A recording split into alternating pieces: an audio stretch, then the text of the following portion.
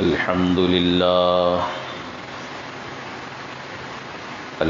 لله نحمده ونستعينه ونستغفره ونؤمن به ونتوكل عليه ونعوذ بالله من شرور أنفسنا ومن سيئات أعمالنا من يهده الله فلا مضل له ومن يضلله فلا هادي له ونشهد أن لا إله إلا الله وحده لا شريك له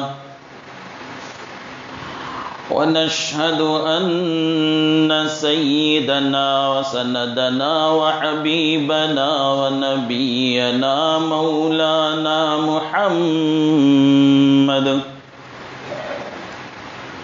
مولانا محمدا عبده ورسوله أرسله بالحق بشيرا ونذيرا وداعيا إلى الله بإذنه وسراجا منيرا وصلى الله على النبي وآله وأصحابه وبارك وسلم تسليما كثيرا كثيرا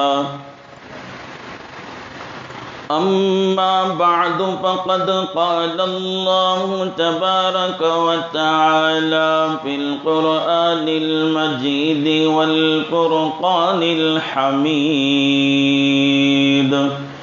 أعوذ بالله من الشيطان الرجيم بسم الله الرحمن الرحيم ويا قوم لا أسألكم عليه أجرا إن أجري إلا على الذي فطرني أفلا تعقلون وقال النبي صلى الله عليه وسلم من أحب لله وأبغض لله وأعطى لله ومنع لله فقد استكمل الإيمان أو كما قال عليه الصلاة والسلام آمنت بالله صدق الله مولانا العظيم وصدق رسوله النبي الكريم ونحن على ذلك من الشاهدين والشاكرين والحمد لله رب العالمين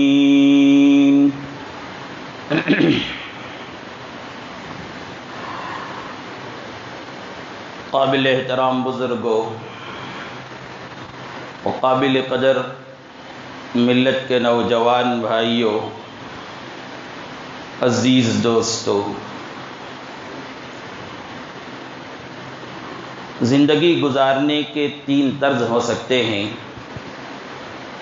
ایک حیوانی زندگی اور ایک انسانی زندگی اور ایک ایمانی زندگی۔ حیوانی زندگی کا خلاصہ کیا ہے؟ کھانا پینا سوڑنا، خواہشات پوری کرنا اور بس مر جانا۔ اس میں نہ کھانے کے سلسلے میں، نہ پینے کے سلسلے میں، نہ اوڑھنے کے سلسلے میں، نہ پہننے کے سلسلے میں کوئی فکر ہوتی ہے، بلکہ ہر فکر سے بے فکر ہوتے ہیں۔ وہ جانوروں کی زندگی ہے۔ اس سے ایک بہتر زندگی انسانی زندگی ہے۔ انسانی زندگی میں ہوتا یہ ہے کہ آدمی خود بھی کھاتا ہے، اپنی بیوی بچوں کو کھلانے کی فکر اسے ہوتی ہے، خود بھی پہنتا ہے اپنی بیوی بچوں کو پہنانے کی اڑانے کی اسے فکر ہوتی ہے، خود بھی گھر میں رہتا ہے، گھر بنانے کی فکر ہوتی ہے کہ اپنے بیوی بچوں کو میں کس گھر میں رکھوں، کیسا رکھوں، لباس کون سا پہناؤں، کیسا پہناؤں، کیا کماؤں، کیسے کھاؤں، یہ اسے فکر رہتی ہے۔ یہ انسانی زندگی ہے۔ اس سے ذرا بلند آدمی صرف اپنا گھر کا ہی نہیں بلکہ اپنے خاندان کا، اپنے پڑوسیوں کا، اپنے جیسے دوسرے بھائیوں کا، ملک کا، ملت کا خیال کرتا ہے، ان کی مدد کرتا ہے، ان کی مصیبتوں کے وقت میں انہیں کام آتا ہے، پریشانیوں کے وقت میں کام آتا ہے، ان کی ضرورتوں کو پوری کرنے کی فکر کرتا ہے۔ یہ ایک اچھی زندگی ہے، لیکن یہیں سے ہی انسان کا کمال پورا نہیں ہوتا ہے، کیونکہ اس میں آدمی جو اپنی بیوی بچوں کے یا اپنے محلے والوں کے، اپنے خاندان والوں کی خدمت جو کرتا ہے، اس میں مقصدیں جڑی رہتی ہیں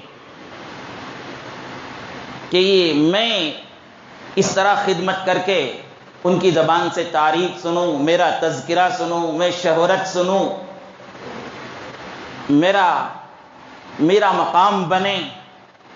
اور جس دن یہ اسے محسوس ہونے لگتا ہے کہ میں اس طرح گھدا محنت کرنے کے باوجود صبح سے شام تک گھر میں میری حکمرانی نہیں ہے، گھر کے سرپرست کو، گھر کے باپ کو، گھر کے بڑے کو، کمانے والے کو جب یہ احساس ہونے لگتا ہے کہ میں اتنا محنت کرنے کے باوجود میری حکمرانی گھر میں نہیں ہے، میری بات چلتی نہیں میری بیوی کے پاس، میرے بچوں کے پاس، یا سماجی خدمت کرنے والا سماجی کارکن جب یہ محسوس کرنے لگتا ہے کہ میں اتنی قربانیاں دینے کے بعد، اتنا لوگوں کے لیے اپنا مال، اپنا پیسہ، اپنی محنت لٹانے کے بعد میرا کوئی مقام نہیں بن رہا ہے، تو ذرا اسے رنجیدگی ہوتی ہے۔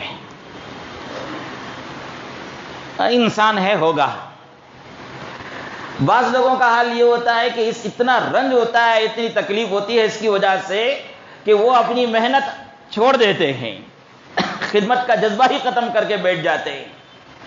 اور بعض لوگوں کا حال کیا ہے، زندے ہیں، بہرحال گھر میں ہیں، کمانا ہے، کھانا ہے، افسردگی کے ساتھ زندگی گزارتے ہیں، دیکھ رہے ہیں گھر میں کوئی حکمرانی نہیں، ہماری بات چلتی نہیں، لیکن کرنا کیا ہے، پیدا کر لیے ہیں، شادی کر لیے ہیں، مقام بنا لیا ہے، لیکن کرنا ہے، مجبوری میں عالم میں کرتے چاہتے ہیں۔ اور ایک زندگی ہے ایمانی زندگی، جہاں یہ سب جذبات، یہ سب کیفیات ہی نہیں ہوتے، جس کو نبی کے زبان سے، قرآن شریف کے واسطے سے انسانوں کو سبق دیا گیا۔ یا قوم لا اسألکم علیہ اجرا، اے نبی آپ کہہ دیجئے اپنی قوم سے کہ میں اس پر، اپنی محنت پر، اپنے کام پر کوئی اجرت، کوئی بدلہ نہیں مانگتا۔ ان اجریہ الا علی الذی فطرنی، میری محنت کا اجر، میری محنت کا بدلہ مجھے پیدا کرنے والے کے ذمے ہے۔ انما نطعمکم لوجہ اللہ لا نرید منکم جزاء ولا شکورا، میں تمہیں کھلاتا ہوں، میں تمہیں پلاتا ہوں، لا نرید منکم جزاء، تم سے کسی قسم کا بدلہ نہیں چاہتا، اور لفظ شکریہ بھی نہیں چاہتا۔ مقصد زندگی، مقصد خدمت کا مقصد لوجہ اللہ، اللہ کی رضا ہوتی ہے۔ جب یہ اس مقام پر، اس اعلی مقام پر آدمی پہنچ جاتا ہے کہ تب اسے کسی قسم کا ٹینشن نہیں ہوتا، کسی قسم کی افسردگی نہیں ہوتی، کسی قسم کی بیزارگی نہیں ہوتی، اپنی زندگی میں اسے رنجیدگی نہیں ہوتی کہ میں پہلے دن سے جو خدمت کر رہا ہوں، میری ماں کا، میری باپ کا، میری بیوی کا، میرے بچوں کا، میرے خاندان والوں کا، میرے پڑوسیوں کا، محلے والوں کا جو میں خدمت کر رہا ہوں، اس سے مجھے اللہ کو راضی کرنا ہے اور ان کے حقوق جو میرے ذمے ہیں اسے ادا کرنا ہے۔ یہ ایمانی زندگی ہے، اور جس کی طرز زندگی ایسی ہو جائے گی، جس کی زندگی گزارنے کا ڈھنگ ایسا ہو جائے گا، باپ، ماں، بھائی، دوست، شوہر، بیوی، سماجی کارکن، خدمت کرنے والے، جب یہ اعلیٰ ترین زندگی، ایمانی زندگی جسے کہتے ہیں، یہ ایمانی زندگی کا خلاصہ کیا؟ محنت کرو، قربانیاں دو، اجر اور معاوضہ مخلوق سے نہیں خالق سے مانگو، تو پھر سکون کی زندگی رہے گی۔ ماں باپ کے طرف سے، بچوں کے طرف سے، بیوی کے طرف سے، شوہر کے طرف سے اگر ہماری قدردانی نہیں ہو رہی ہے تو اس سے تکلیف نہیں ہوگی، غم نہیں ہوگا۔ انسانی ناطے، انسانی ہونے کے ناطے ذرا تکلیف ہوگی، وہ اتنا آدمی ایک ساتھ نہیں ہو سکتا ہے، ذرا ہوگی، لیکن تسلی دینے کے لیے سامان اسے مل جائے گا، دل کو تسلی دینے کا سامان مل جائے گا۔ انہوں قدر نہیں کرے تو کیا ہو گیا؟ پہلے دن سے میں ان کے پاس بدلہ پانے کے لیے تو کیا نہیں تھا، میں تو کیا تھا اللہ کو راضی کرنے کے لیے، اللہ کی خوشنودی حاصل کرنے کے لیے، اور اللہ کا حکم تھا بیوی کے حقوق کو ادا کرنے کا، اللہ کا حکم تھا شوہر کے حق کو ادا کرنے کا، اللہ کا حکم تھا ماں باپ کے حق کو ادا کرنے کا، اللہ کا حکم تھا اولاد کے حق کو ادا کرنے کا، اولاد کا حکم تھا، اللہ کا حکم تھا پڑوسیوں کے ساتھ اچھا سلوک کرنے کا، اللہ کا حکم تھا مخلوق کی مدد کرنے کا، ان کی خدمت کرنے کا، اس لیے میں نے کیا ہے، تو اسے ذرا سکون مل جائے گا، اور وہاں پر ملنے والے اجر، وہاں پر ملنے والا ثواب، وہاں پر ملنے والے بدلے کو یاد کر لے گا تو اسے اطمینان ہو جائے گا۔ تو اسی کی تشریح نبی صلی اللہ علیہ وسلم نے فرمایا، من احب للہ وابغض للہ واعطى للہ ومنع للہ فقد استکمل الایمان۔ کسی سے محبت کرتے ہیں تو اللہ کے لیے کرو، کسی سے دشمنی کرتے ہیں، بغض رکھتے ہیں تو اللہ کے لیے کرو، کسی کو دیتے ہیں تو اللہ کے لیے دو، کسی کو دینے سے رک جاتے ہیں تو یہ رکنا بھی اللہ کے لیے ہو، تو کیا نتیجہ ہوگا؟ نتیجہ فرمایا فقد استکمل ایمان، اب چل کے اس کا ایمان کامل ہوگا، وہ پورا انسان بنے گا، ورنہ انسان بھی ناقص رہے گا، ایمان بھی ناقص رہے گا۔ انسان اس لیے ناقص رہے گا کہ اسے تکلیف ہو رہی ہے، غم ہو رہا ہے، بے چینی ہو رہی ہے، بیزارگی ہو رہی ہے، دل پورا اکتاہٹ میں مبتلا ہو گیا ہے۔ کیا رے رابعہ میں کب سے، جب سے جسم میں طاقت سنبھالا اس وقت سے پورے گھر کو راب راب کر سنبھالا میں نے گھر کو، آج یہ نتیجہ نکلتا ہے، تو کبھی اسے محسوس ہونے لگے اس سے میری زندگی سے تو جانوروں کی زندگی بہتر ہو گئی نا، بول کے اسے افسوس ہونے لگتا ہے، انسان ناقص ہو جاتا ہے اس وقت۔ ایمان بھی ناقص ہے کہ اللہ کے حکم کو بجا لا رہا ہے، اللہ کو خوش کرنے کے لیے نہیں، اللہ کے پاس اجر پانے کے لیے نہیں، اللہ کے پاس بدلہ پانے کے لیے نہیں، مخلوق سے پانے کے لیے۔ اور جو انسان مخلوق سے بدلہ پانے کے لیے کسی بھی قسم کی خدمت کرتا ہے مخلوق کی، تو نتیجے میں اسے غم ہی پہنچتا ہے، تکلیف ہی پہنچتی ہے، بے چینی ہی ہوتی ہے، یا تو ان کے طرف سے بدلہ نہ ملنے کی وجہ سے، یا اس وجہ سے کہ ہم نے جو بدلے کا تاج محل بنا کر رکھ لیا تھا ذہن میں کہ میری خدمت کی وجہ سے میری ایسی عزت ہوگی، مجھے ایسا بدلہ دیا جائے گا، مجھے میرا ایسا مقام بنے گا جو تاج محل بنا کر رکھ لیے تھے نا، اس ویسا نہ ہونے کی وجہ سے تکلیف ہوتی ہے۔ اس لیے یہ باپ سے، یہ ماں سے، یہ بھائیوں سے، یہ دوستوں سے، یہ سرپرستوں سے، یہ سماجی کارکن سے مطالبہ ہے کہ حیوانی زندگی سے ذرا بلند ہو کر انسانی زندگی کی طرف جاؤ، انسانی زندگی سے بلند ہو کر ذرا ایمانی زندگی کی طرف جاؤ۔ اور رسول اللہ صلی اللہ علیہ وسلم نے صحابہ کی ایسی تربیت کی تھی کہ انہوں نے ایمانی زندگی کی مثالیں پیش کر کے چلے گئے آنے والی نسلوں کے لیے، قیامت تک کے لیے۔ دو چار صحابہ کے واقعات بیان کرتا ہوں عبرت حاصل کرنے کے لیے۔ سیدنا حضرت ابوبکر صدیق رضی اللہ عنہ امیر المؤمنین تھے۔ امیر المؤمنین ہونے کی حیثیت سے آپ کا ایک مقام تھا، ایک مرتبہ تھا، ایک عزت تھی۔ ایک مرتبہ سیدنا حضرت عمر فاروق رضی اللہ عنہ آپ کی خدمت میں آتے ہیں۔ آپ کے سامنے ایک فہرست رکھی ہوئی ہے، غور سے سننا، فہرست رکھی ہوئی ہے۔ کیا فہرست؟ محلے کا فلاں آدمی معذور ہے، فلاں آدمی معذور ہے، مسلمانوں میں سے فلاں آدمی روزانہ اس کی خدمت کی ذمہ لے لیا، اس کا نام یہ ہے۔ محلے میں فلاں آدمی مجبور ہے، بے روزگار ہے، لاچار ہے، اس کی روزگاری تک کے لیے اس کی بیوی بچوں کا تعاون کرنا ہے، اس کے لیے فلاں آدمی کا نام ہے۔ فلاں آدمی بیمار ہے، محلے میں، خاندان میں بیمار ہے، اس بیمار کی خدمت کے لیے، اس کے علاج کے لیے، اسے دوائی دلانے کے لیے فلاں آدمی اپنے ذمہ لے لیا ہے، اس کا یہ نام ہے موجود۔ 3 4 5 6 نام اس طرح فہرست لگی ہوئی ہے الگ الگ عنوان سے۔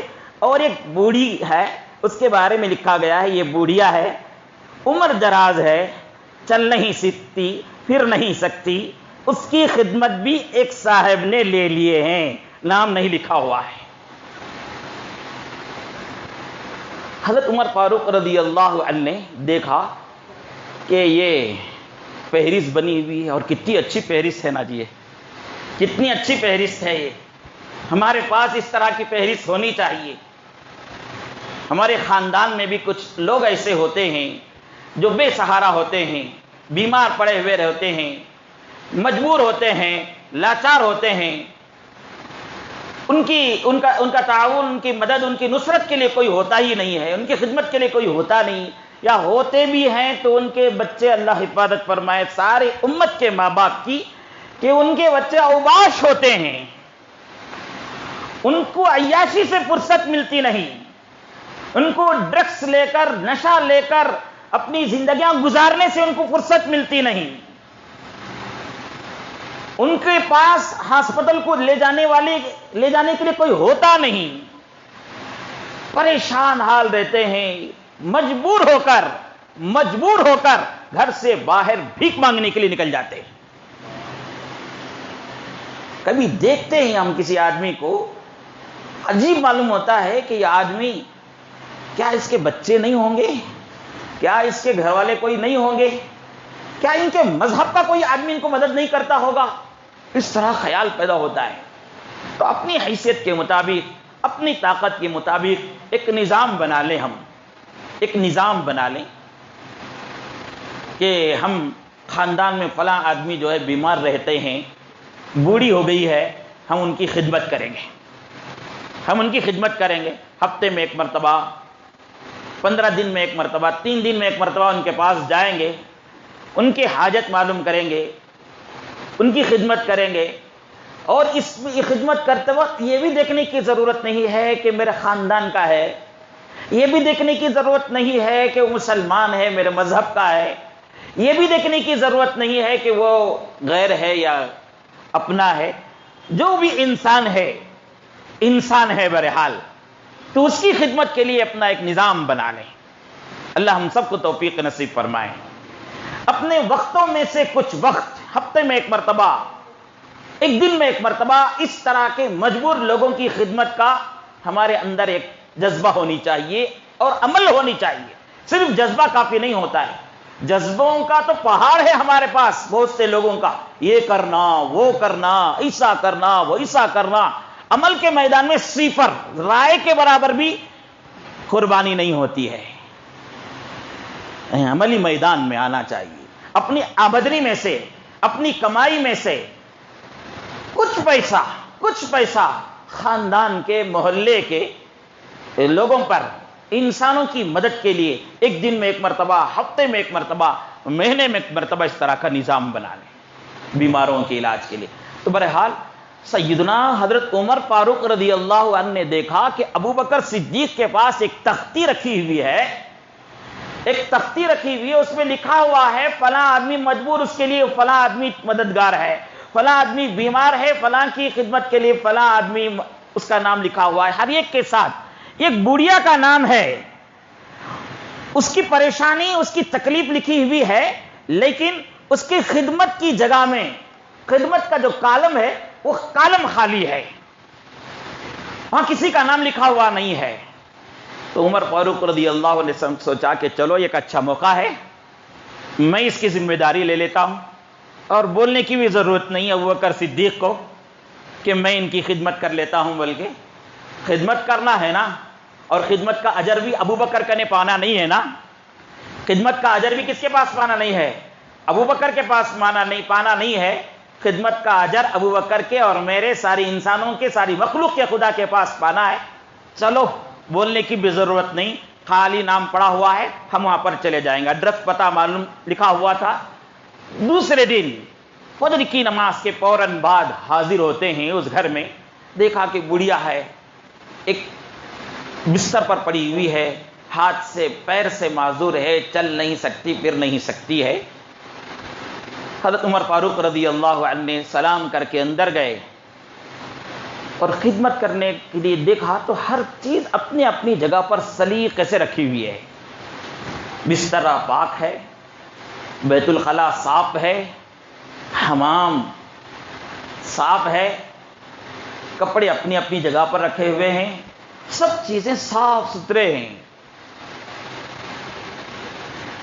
حضرت عمر فاروق رضی اللہ عنہ نے اس بڑھیا سے پوچھا کہ میں آپ کی خدمت کے لیے آیا تھا، یہاں تو اپنی اپنی جگہ پر پوری چیزیں رکھی ہوئی، کسی چیز کی مجھے خدمت کی ضرورت نہیں معلوم ہو رہی ہے۔ تو انہوں نے کہا کہ ایک صاحب آئے تھے، وہ خدمت کر کے چلے گئے، اور وہ ان کا معمول ہے، کئی سالوں سے کرتے آ رہے ہیں یہ کام۔ کہا کہ ان کا نام کیا ہے؟ بوڑھیا نے کہا کہ ان کا نام مجھے معلوم نہیں۔ حضرت عمر فاروق نے پوچھا کون ہیں، ان کے بارے میں کچھ عطا پتہ آپ کو ہے؟ تو کہا کہ آج تک ان کی شکل بھی نہیں دیکھی۔ وہ گھر میں داخل ہونے سے پہلے ہی سلام کرتے ہیں اور کہتے ہیں کہ پردہ کر لو، میں خدمت گار آیا ہوں، خادم آیا ہوں، میں پردہ کر لیتی ہوں۔ وہ جاتے ہیں، میرے گھر کا بیت الخلا میں گندا کر کے رکھی رہتی ہوں، دن بھر میں دھو نہیں سکتی اور میرا کوئی خدمتگار نہیں، وہ اپنے ہاتھ سے بیت الخلا پاک کرتے ہیں، وہ حمام پاک کرتے ہیں، میرے گندے کپڑوں کو دھوتے ہیں، صاف کرتے ہیں، اور میرے کھانے کی ضرورت مجھ تک پہنچاتے ہیں، اور میری خدمت کر کے چلے جاتے ہیں، میں آج تک ان کی شکل بھی نہیں دیکھا ہے۔ تو حضرت عمر فاروق رضی اللہ عنہ نے سوچا کہ چلو کل ذرا فجر سے پہلے آ جائیں گے، کل فجر سے پہلے آ جائیں گے۔ فجر سے پہلے تہجد کے فوراً بعد گئے تو دیکھا کہ پھر بھی گھر پاک ہے، پھر بھی صاف ہے، کسی خدمت کی ضرورت نہیں ہے۔ بڑھیا سے پوچھا تو کہا کہ معمول کا آدمی آیا تھا، خدمت کر کے چلا گیا، اب کوئی حاجت نہیں ہے۔ تو حضرت عمر فاروق رضی اللہ عنہ کو تجسس ہوا، کون ہوگا بھئی اللہ کا بندہ، مجھے معلوم کرنا ہے۔ ہم لوگوں کو تجسس ہوتا ہے لوگوں کے عیوب کو تلاش کرنے کا، لوگوں کے گناہوں کو تلاش کرنے کا، لوگوں کے کمیوں کو تلاش کرنے کا ہمیں تجسس ہوتا ہے۔ صحابہ کی ایسی تربیت ہوئی تھی کہ وہ عیوب کی طرف نہیں دیکھتے تھے، کمیوں کی طرف نہیں دیکھتے تھے، خامیوں کی طرف نہیں دیکھتے تھے، صرف خوبیوں کی طرف دیکھتے تھے، اور وہ خوبیوں کو اپنے اندر پیدا کرنے کی فکر میں رہتے تھے کہ تجسس ہوا کون ہے دیکھیں گے۔ تیسرے دن عشاء کی نماز کے فوراً بات چلے گیا، چھپ کر بیٹھ گئے، دیکھے کون اللہ کا بندہ آتا ہے۔ جیسے جیسے رات گہری ہوتی گئی، تاریکی بڑھ گئی، لائٹوں کا زمانہ نہیں تھا، چراغوں کا زمانہ تھا، رات میں چراغ بجھا کر سو جاتے تھے، بالکل اندھیرا سناٹا ہو گیا۔ تو جب آدھی رات گزر گئی تو ایک صاحب کو دیکھتا ہوں، حضرت عمر فاروق کا بیان ہے کہ وہ آ رہے ہیں چلتے ہوئے آہستہ آہستہ، اور قریب جیسے آئے اپنے پیر میں جوتا اٹھا لیا اور آہستہ آہستہ اس گھر کے اندر داخل ہونے گئے تو میں فوراً جا کے ہاتھ پکڑ لیا، اندھیرے میں ہی پتہ نہیں چل رہا تھا تک من انتا، کون ہو تم، دکھ نہیں رہا تھا۔ عمر، حضرت ابو بکر صدیق کی آواز نکلی تو پہچان لیا، ابو بکر تم امیر المومنین خلیفۃ المسلمین، ایک بڑھیا کے گھر میں رات کے اندھیرے میں جا کر بیت الخلا صاف کرتے ہیں، گھر جھاڑتے ہیں۔ امیر المومنین ذرا ہم کو بھی تو موقع دو، ہم کو بھی حصہ دو، یہ آپ آ رہے تھے جوتا پیر سے کیوں نکال لیا؟ فرمایا کہ میں آتے ہوئے یہ محسوس کیا کہ ادھر ادھر والوں کو میرے جوتے کی چلنے کی آواز سے ان کو ڈسٹرب نہ ہو، ان کو تکلیف نہ ہو۔ خدمتگار لوگ جب خدمت کرتے ہیں، سماجی کارکن یہ سمجھتے ہیں کہ بہت بڑا کام میں کر رہا ہوں، اب اس کے بعد ان کو پازیٹو نیگیٹو کچھ بھی پتہ نہیں چلتا، نہ رائٹ نہ لیفٹ دیکھتے ہیں، بڑا شور و غل، بڑا اس کے ساتھ کام کرتے ہیں، اس سے کسے تکلیف ہو رہی ہے، میرے اس آواز سے کسے تکلیف ہو رہی ہے، میرے اس کام سے کسے، کوئی پرواہ نہیں۔ ان کے ذہن میں ایک بات ہوتی ہے، میں بہت بڑا کام کر رہا ہوں، بہت بڑا کام کر رہا ہوں۔ حضرت بکر صدیق رضی اللہ عنہ نے کہا کہ میرے جوتوں کی آواز سے کہیں دوسرا نہ اٹھ جائیں، بیدار نہ ہو جائیں، رات کا وقت ہے، لوگوں کو سونے کا، لوگوں کے آرام کرنے کا، میں ایسے وقت میں نکل کر آ رہا ہوں خدمت کرنے کے لیے، اب ایسے موقع پر کوئی دوسرا اٹھ گیا تو مجھے دیکھ لے گا، اسے بھی تکلیف ہوگی، اس لیے میں آہستہ سے آتا ہوں، خدمت کر کے چلے جاتا ہوں۔ یہ جذبہ ہونا چاہیے، یہ ایمانی زندگی ہے، یہ ایمانی زندگی کا تقاضا ہے۔ اور جس انسان کے اندر یہ بات پیدا ہو گئی کہ میں جو خدمت کر رہا ہوں میری ماں، میں جو خدمت کر رہا ہوں میرے باپ، میں جو خدمت کر رہا ہوں میری بہنوں کا، میں جو خدمت کر رہا ہوں میرے چھوٹے بھائیوں کو جو میں پڑھا رہا ہوں، میں جو گھر کی ذمہ داری سنبھال رہا ہوں، میں پڑوسیوں کے ساتھ جو حسن سلوک کر رہا ہوں، اس کا اجر میں اللہ تعالیٰ سے پاؤں گا، ان سے مجھے کوئی امید نہیں رکھنی چاہیے۔ یہ طرز زندگی بنا لے گا، سکون ہوگا۔ آج شکوے ہیں، شکایتیں ہیں، بیزارگیاں ہیں، نفرت ہیں، ذرا کسی کی شادی کے موقع پر رشتہ لگانے میں محنت کر دیا، یا نکاح کے موقع پر ذرا دوڑ دھوپ کر لیے، ولیمے کے موقع پر ذرا دوڑ دھوپ کر لیے، یا کچھ پیسہ خرچ کر لیا، یا ذرا کچھ محنت کر لیے، یا کسی کو ہم نے پڑھا دیا، یا ہم نے بچپن میں باپ کا سہارا ختم ہو گیا، اب گھر کی ذمہ داری ہم سنبھال لیے، کھلانا پلانا شروع کیا، بہت بڑی قربانی کی بات ہے۔ ہمارے نظروں میں کچھ ایسے بندے بھی ہیں جن کا حال یہ ہے، 15-16 سال کی عمر، جس وقت لوگ عیاشی کرتے ہیں، انہوں نے اس وقت اپنے ماں باپ، اپنے بہنوں کی ذمہ داری سنبھال کر گھر کو ایک منظم طریقے میں لایا اور پڑھایا اور بڑے بڑے مقام پر پہنچایا ہے۔ ایسے ہی اللہ کے بندے ہیں، لیکن یہ بات مجھے کہنی ہے کہ چند دنوں کے بعد ان کو اس سے شکوے پیدا ہو جاتے ہیں، شکایتیں پیدا ہوتے ہیں۔ جسے تم نے پڑھایا وہ آگے بڑھ گیا، اور جس کے تم نے بیمار کی خدمت کی وہ اچھا ہو گیا، اور جس نے تم نے شادی کی اس کے لیے پیسہ خرچ کیا، رشتہ لگایا، دوڑ دھوپ کیا، اب وہ تمہاری قدر نہیں کر رہے ہیں، تو تکلیف ہونے لگتی ہے، بیزارگی ہونے لگتی ہے، اب دل اچٹ جاتا ہے، اب اس کے بعد طے کر لیتے ہیں کہ اب یہ کام نہیں کریں گے، اب ہم یہ کام نہیں کریں گے۔ یہاں آ کر شیطان جو ہے زندگی بھر کے کام پر پانی پھیر دیتا ہے، پانی پھیر دیتا ہے۔ اللہ رحیم ہے، کریم ہے، اللہ ہم سب کو اس طرح کی ہماری محنتوں کو ضائع ہونے سے حفاظت فرمائے۔ یہاں پر آنا چاہیے، یہاں پر سوچنا چاہیے ایک ایمانی زندگی کے تقاضے کو۔ ہم نے جو کیا تھا وہ انسانی زندگی کا تقاضا تھا، انسانی زندگی کا تقاضا یہ ہے، خدمت کرنے کے بعد چاہتا ہے کہ میری عزت ہو، میں خدمت کرنے کے بعد چاہتا ہے کہ میرا مقام ہو، خدمت کرنے کے بعد چاہتا ہے کہ مجھے بدلہ ملے، خدمت کرنے کے بعد چاہتا ہے کہ مجھے اجر ملے. یہ انسانی زندگی کا تقاضا ہے.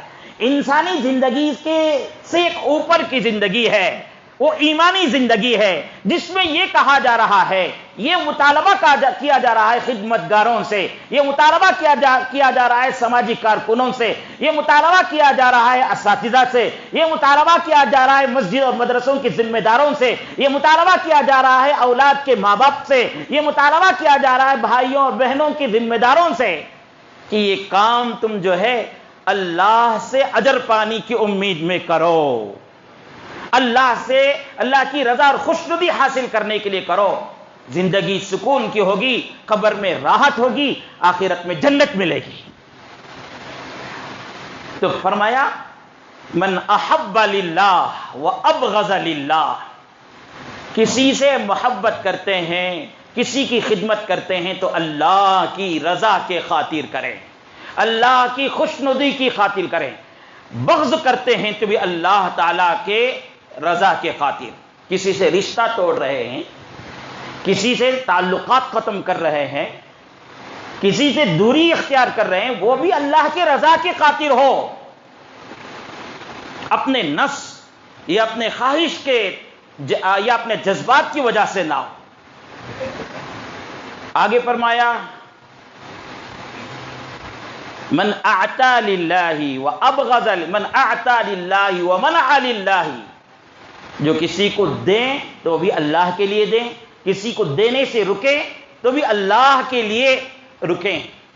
اس کی بھی ایک مثال پیش کر دوں, یعنی اللہ کی رضا کے خاطر دینے, اللہ کی رضا کے خاطر دینے سے رکنے, اللہ کی رضا کے خاطر خدمت کرنے, اور اللہ کی رضا کے خاطر ہی کسی سے بغض کرنے کی. مسجد نبوی حجاج کرام رسول اللہ صلی اللہ علیہ وسلم کے مزار اطہر پر پہنچے تو دیکھے ہوں گے, آج بھی علامتی طور پر وہ چیز کو رکھی گئی ہے. حضرت عباس رضی اللہ عنہ کا گھر مسجد نبوی سے بالکل لگ کر تھا. ایک پرنالا تھا, پرنالا پانی پڑتا تھا بارش کا, اس پرنالے میں وہاں سے پھسلتے پھسلتے مسجد میں آ کر گرتا تھا, مسجد میں آ کر گرتا تھا وہ پانی. ایک لمبے عرصے سے چل رہا تھا. اچانک ایک مرتبہ بارش کے موقع پر سیدنا حضرت عمر فاروق رضی اللہ عنہ مسجد میں داخل ہوئے تو دیکھا کہ عباس رضی اللہ عنہ کے گھر میں پرنالا لگا ہے, اس کا رخ مسجد نبوی کی طرف ہے, اور وہ پانی گرتا ہے مسجد نبوی میں آ کر.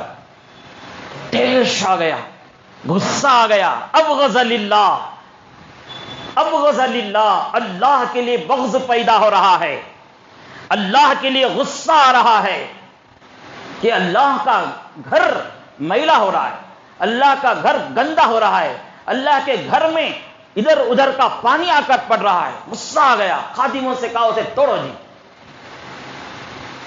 خادموں نے اسے توڑ دیا, نکال کر سائڈ میں کنارے میں رکھ دیا.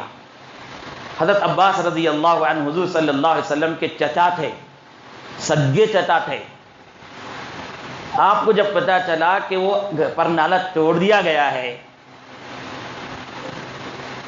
تو حضرت عمر رضی اللہ عنہ کے پاس گئے, پوچھا عمر یہ آپ نے کیا ہے؟ کہا کہ ہاں میں نے کیا ہے, یہ اللہ کا گھر ہے, آپ کے گھر کا پانی مسجد میں گرتا ہے, بارش کا پانی مسجد میں گرتا ہے, مسجد گندی ہوتی ہے, اور اللہ کے گھر گندا ہو ہم اسے کیسے برداشت کر لیں؟ اللہ کا گھر پاک اور صاف رہنا چاہیے, اور یہ کسی کی ملکیت نہیں ہے, اللہ کی ملکیت یہاں پر ہوتی ہے, اس لیے میں نے اس پرنالا کو توڑ دیا. عباس رضی اللہ عنہ نے پوچھا عمر معلوم بھی ہے یہ پرنالا کس زمانے میں لگا تھا اور کس کے حکم سے, کس کی اجازت سے لگا تھا؟ عمر فاروق رضی اللہ عنہ نے کہا کہ نہیں معلوم ہے. تو عباس رضی اللہ عنہ نے کہا کہ یہ میرے گھر میں یہ جو پرنالا لگا ہے رسول اللہ صلی اللہ علیہ وسلم کے زمانے میں لگا ہے, اور رسول اللہ صلی اللہ علیہ وسلم کی اجازت سے لگا ہے, اور رسول اللہ صلی اللہ علیہ وسلم کے حکم سے لگا ہے. آپ کون ہوتے ہیں توڑنے کے لیے؟ آپ کون ہوتے ہیں نکالنے کے لیے؟ امیر المؤمنین عمر فاروق رضی اللہ عنہ کے بدن پر تھر تھری طاری ہو گئی. اب غصہ آیا تھا نا, کس کے لیے آیا تھا؟ اللہ کے گھر گندا ہو رہا ہے، اس وجہ سے غصہ آیا تھا، چڑبی سے وجہ سے آئی تھی۔ اور جب پتا چلا کہ ہمارا کام غلط ہے، اللہ کے نبی کے حکم سے یہ ہوا ہے، تو میرا کیا مجال ہے؟ مجھے کیا حق بنتا ہے کہ میں اس پرنالے کو نکالوں؟ اس کی کیا خوبی ہے، کیا خامی ہے، نبی نے اپنے آنکھوں سے دیکھ کر گیا ہے، تو مجھے ایسا کرنے کی کیا حق ہے؟ فوراً عباس رضی اللہ عنہ کا ہاتھ پکڑا اور کہا کہ چلو چلو اس جگہ پر۔ عباس رضی اللہ عنہ کو لے کر گئے، وہ جہاں پر نالا تھا وہاں جا کر کتابوں میں لکھا ہے عمر فاروق رضی اللہ عنہ جھک کر رکوع کی طرح کھڑے ہو گئے اور کہا عباس چڑھو میرے کمر پر، اس پر نالے کو لگاؤ، اس پر نالے کو لگاؤ جہاں نبی کے زمانے میں تھا۔ عباس نے کہا رہنے دو عمر، میں کر لوں گا، کسی سے بھی کر لوں گا۔ عمر نے کہا نہیں، عمر کو یہ کیسی ہمت ہو گئی کہ اللہ کے نبی نے جس کام کو کر کے گیا تھا میں اسے کیسے نکال سکتا ہوں؟ اس کی سزا یہی ہے کہ میرے کمر پر چڑھو تمہارا۔ حضرت عباس رضی اللہ عنہ بھاری بھرکم اونچے تگڑے انسان تھے، بھاری بھرکم جسم رکھتے تھے۔ بدر کی لڑائی کے موقع پر کفار کے طرف سے قید ہو کر آئے تھے حضرت عباس رضی اللہ عنہ، ابھی مسلمان نہیں ہوئے تھے، قید ہو کر آئے تھے۔ تو اس وقت بدن پر کپڑا نہیں تھا، تو سب سے کہا گیا تھا کس کا کپڑا حضرت عباس کو ہوتا ہے پہنا دو، قیدی کو پہنا دو۔ قیدیوں کے ساتھ اچھا سلوک کرنے کا حکم ہے نا شریعت میں، یہاں تو چچا بھی ہیں قیدی بھی ہیں۔ کس کا کپڑا بھی ٹھیک نہیں ہو رہا ہے، ٹائٹ ہو رہا ہے، چھوٹا ہو رہا ہے۔ عبداللہ بن ابی منافق جو تھا اس وقت، عبداللہ بن ابی منافق، وہ بھی ذرا اونچا تگڑا آدمی تھا، اس کا جبہ برابر ہو رہا تھا حضرت عباس رضی اللہ عنہ۔ تو رسول اللہ صلی اللہ علیہ وسلم نے عبداللہ بن ابی جو منافق تھا، وہ احسان ایک مرتبہ کیا تھا، زندگی بھر تکلیف دیا تھا، ایک مرتبہ احسان کیا تھا کہ چچا کو جبہ دیا تھا۔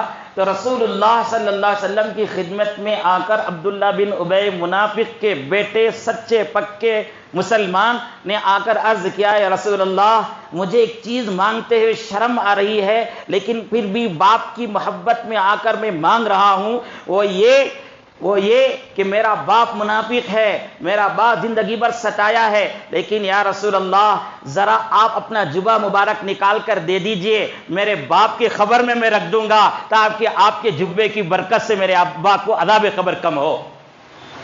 عمر فاروق رضی اللہ عنہ نے کھڑے ہو گئے، یا رسول اللہ یہ نہ ہونا چاہیے، یہ نہیں ہونا چاہیے، جنازے کی نماز بھی آپ نہیں پڑھائیں گے۔ رسول اللہ صلی اللہ علیہ وسلم نے اس کی رعایت میں جنازے کی نماز بھی پڑھا دی۔ قرآن شریف کی آیت نازل ہوگی وَلَا تُصَلِّ عَلَىٰ أَحَدٍ مِّنْهُمْ مَاتَ أَبَدًا وَلَا تَقُمْ عَلَىٰ قَبْرِهِ، ایک لمبا واقعہ ہے، میں اس کی طرف نہیں جاؤں گا۔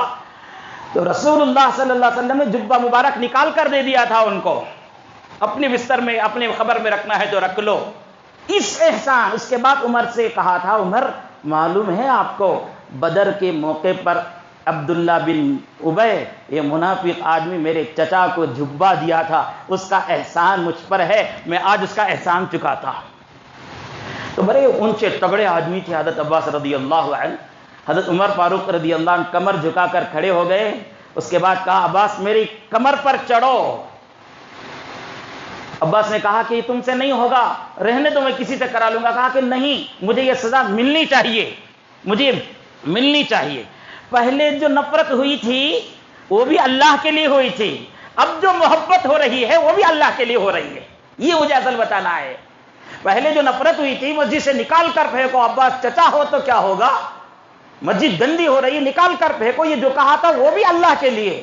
اب جو عاجزی کر رہے ہیں، اب جو تواضع کر رہے ہیں، اب جو جھک رہے ہیں عباس کے سامنے، وہ بھی کس لیے؟ اللہ ہی کے لیے کر رہے ہیں۔ تو حضرت عباس ان کی کمر پر چڑھے اور لگا دیا پر نالا۔ مسجد نبوی کی تعمیر کرنے والوں نے بہت تعمیر کی، لیکن وہ حصے کو ابھی بھی ویسا ہی رکھا ہے۔ بہرحال یہ زندگی گزارنے کے تین طرز ہیں۔ ایک حیوانی زندگی، سوچ لو ہماری زندگی کہاں سے ہوا ہے، کس کے ساتھ جڑ رہی ہے۔ ایک زندگی کیا ہے، کھانا پینا سونا پہننا آرام کرنا، مستی کرنا، موج کرنا، کسی کی پرواہ نہیں، نہ کھانے کی فکر، نہ پینے کی فکر، کھانے کی ضرورت ہے تو باپ کو بول دیا، پینے کی ضرورت پڑے باپ کو بول دیا، کپڑے کی ضرورت ہو گئی تو گھر والوں کو بول دیا. انہیں تو کچھ نہیں کرتا، انہیں کچھ بھی نہیں کرتا.